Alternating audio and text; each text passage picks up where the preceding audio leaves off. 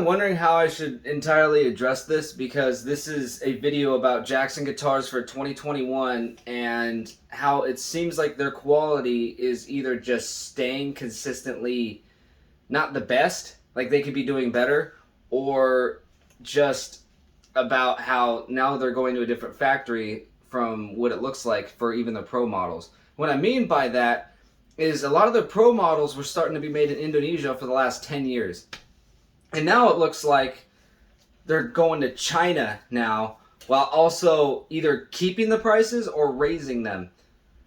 And for me as a buyer, I'm kind of concerned about that. I don't know all the details, but it just sounds concerning from a consumer standpoint. I hope that since they are raising their prices while going to China to have their higher end guitars being built, I hope that those employees are just getting paid well. If that's the case, you're paying for a better wage in that area. I don't know if that's the case, but that's what I'm hoping because I'm not seeing the extra $400 or $300. What I mean by that is I thought about reviewing the new 2021 Randy Rhoads blue Crackle or even the red Crackle. It has Seymour Duncan pickups, 24 frets, ebony fretboard, it's bound. It's a pretty cool guitar. Well, I got some footage to share of not very positive first impressions. I was at my local guitar center, they had one, and I barely played it for like 5-7 minutes, and I really didn't like it. And I'll get into that. Grabbed the guitar down, I took a look at it, started immediately checking it out.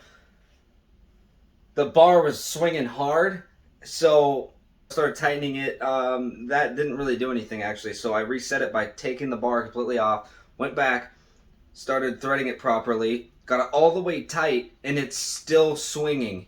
Just had this nasty sound coming out of it, all that play in the bar and the socket. So this is the new 2021 Randy Rhoads Blue Crackle, and it's a $1,400 guitar made in China. And to me, I think that's outrageous. I even got this bar screwed in all the way, and there's play, so you're not going to be able to really flutter. It's just a nasty noise. This binding, I don't know if the camera can actually catch it.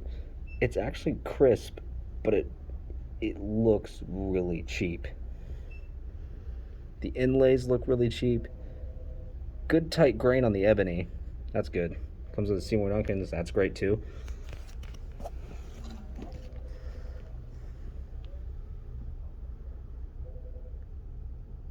It seems crisp. In a way it better be, but they really don't make Jackson guitars like they used to. This binding just looks really cheap. At least it's crisp. There's no sharp fret ends.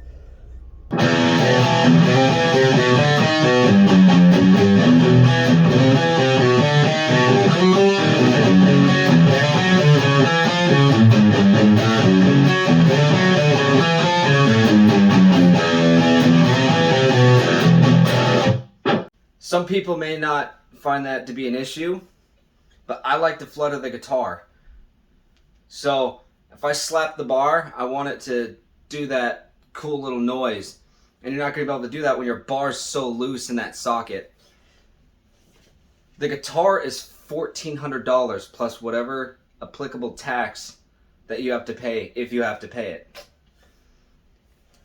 So I'd say the positive things about it are it has Seymour Duncan pickups and ebony fretboard.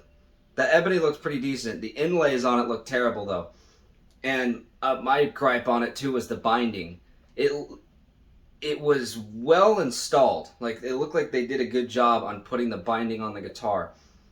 But the material itself seemed really cheap, and it was almost like the dots were just put on with a Sharpie. Like they can just get rubbed off if the clear coat was gone. It didn't look like it was actual material that was in the binding. I could be wrong, but it did not look very nice. Again, $1,400 for a pro model made in China.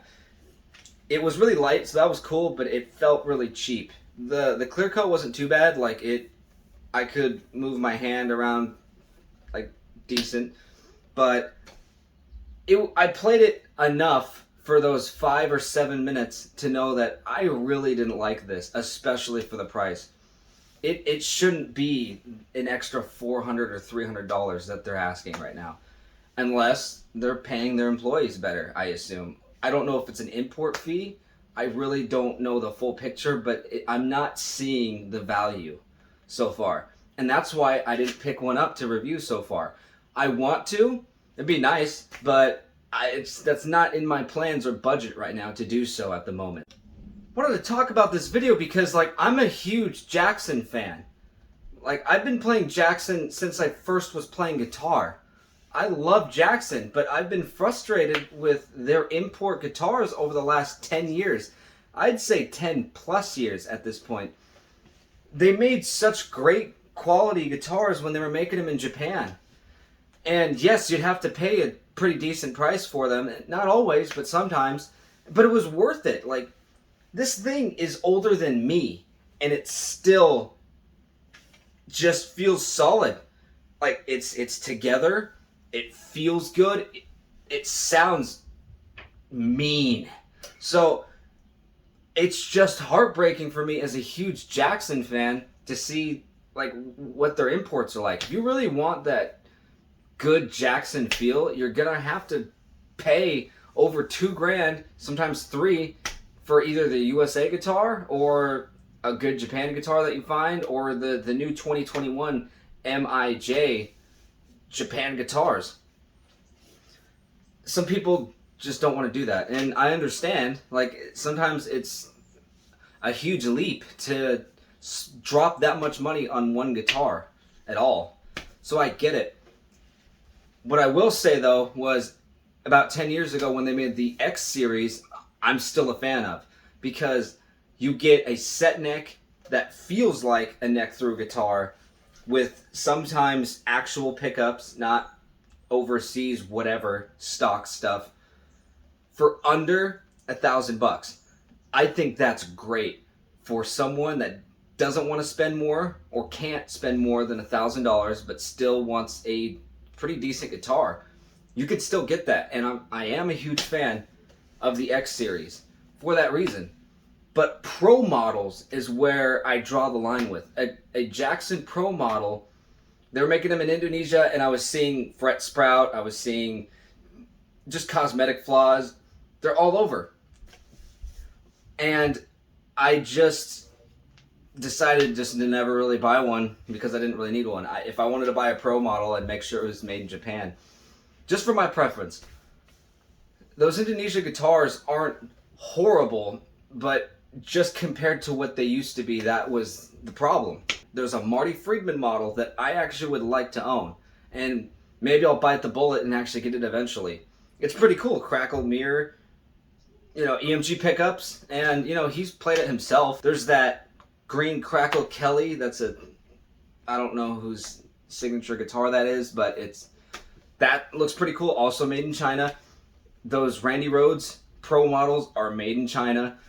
So far, I'm not impressed for the price that Jackson is asking for these guitars being made in China.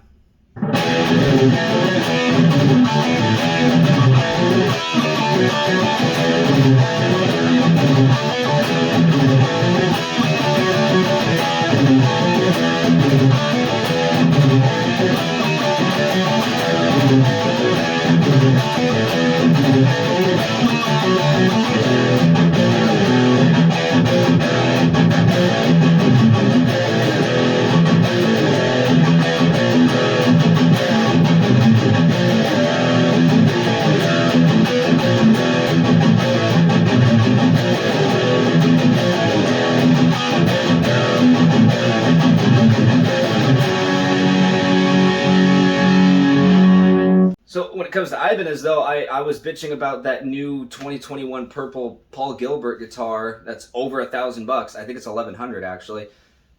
That's made in China. I was like, why are they charging over $1,000 for a guitar made in China? Turns out they've been making his guitars in China for the last like 11, 12 years, like ever since the first Fireman. So at least that's consistent. And I did a little bit of research, and I am almost convinced that Paul Gilbert himself is playing some, if not all, his models being made in China with Ibanez, because I keep looking at his guitar and it's too identical to the white Chinese model that has those two PG-13 mini humbuckers. And I got a little photo of him talking about his rig before a show for Mr. Big, and you can see the back of his headstock. You can see the warning labels for like toxic materials or something, and you can also see the exact place where they put the serial number that's normally made in China. It could say Japan, I don't know, because it's too hard to see, but I'm almost led to believe that even Paul Gilbert is playing a Chinese made instrument. And if it's good enough for Paul Gilbert, then fair enough, it's good enough for me. So eventually I may get that purple Fireman that has the 3 pickups to do a review on, because I'm very interested in those PG-13 DiMarzios. So I didn't make this video to dog on Jackson. That's not what I'm here for. I'm just hurt and confused on what they're doing with their import lines right now. They do look like really cool models. I'm interested in several. It's just the quality is what I'm a little concerned about for what they're charging. If they were charging a bit less, I wouldn't really be bitching and or making this video at all. But they're charging more than what a Solar is being made. And they have stainless steel frets. In fact.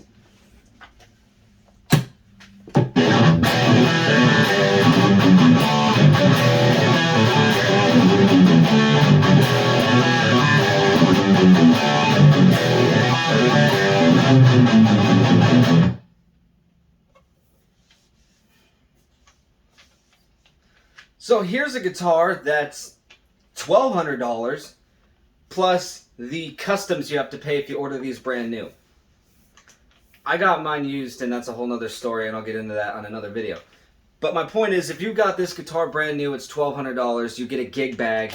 So this guitar has stainless steel frets, Duncan Solar pickups, set neck design, loom inlay side dots, and an Evertune bridge. Alone, like an Evertune bridge. This guitar does more and feels better, in my opinion. I even bought the thing than what Jackson is offering right now on a Pro Series instrument. There's even a few Pro models that are still made in Indonesia, which at this point maybe I'd recommend getting those instead. Especially because some are actually cheaper. There's a purple Randy Rhoads Pro model with gold hardware. Awesome looking. I think it's under $1,000, if not $1,000. I could be wrong. Maybe it's $1,100. I forgot the price of it, but it's not $1,400. I don't know if you're paying for that crackle finish though. I don't know what they did to do that. I don't know if each one of them are unique or if it's just a printed thing. Maybe you're paying for a paint job and I'm bitching about just a paint job instead, which that's a whole nother ordeal. And if I didn't fully have that information, that's on me. I was just so shocked seeing this Chinese-made Pro model that expensive, almost $1,500, where there's other options out there. There's even other options with Jackson still that I'd recommend getting this or that Jackson more than those other models. It's not just, oh, don't go to Jackson, go to a different brand. My point is, all these brands have competition out there. And I'd say some of that competition is doing a great job. So each brand has to figure out, I guess, the best way to just stay in a good budget, but also provide good quality. It's probably a fine line, but it seems doable. Some brands are able to do it. I don't know if the Indonesian factory that's making Solar pay their employees properly. They hopefully do. But I do know that they're doing a pretty good job on quality. They're not perfect. There's cosmetic issues with some of them here or there, and they do have a B stock line, but they're not making garbage instruments. I kind of went to other brands because they're making good instruments too. Also, I just love gear. I love playing guitars. I love playing different guitars because they're just so inspiring to play. There's all these instruments out there and they're just amazing. I own about 6 Jackson guitars, so I am a fan and I do recommend playing Jackson for sure. It's just check what model you want first. Like, see if it's in your budget, see if the quality is okay. I'm playing Japanese guitars though. Like, I found guitars made in Japan that I just love the quality too. They need to stay making guitars in Japan. I know they're expensive at this point at 2021, but for me it's worth it. And if someone just wants to play a guitar that's, you know, maybe about 1200 or so and they're getting at least a decent quality, then that's fine too. It really is. I don't see a problem with it. I just was frustrated with how they're making their import guitars compared to what they were before. They had a legacy already.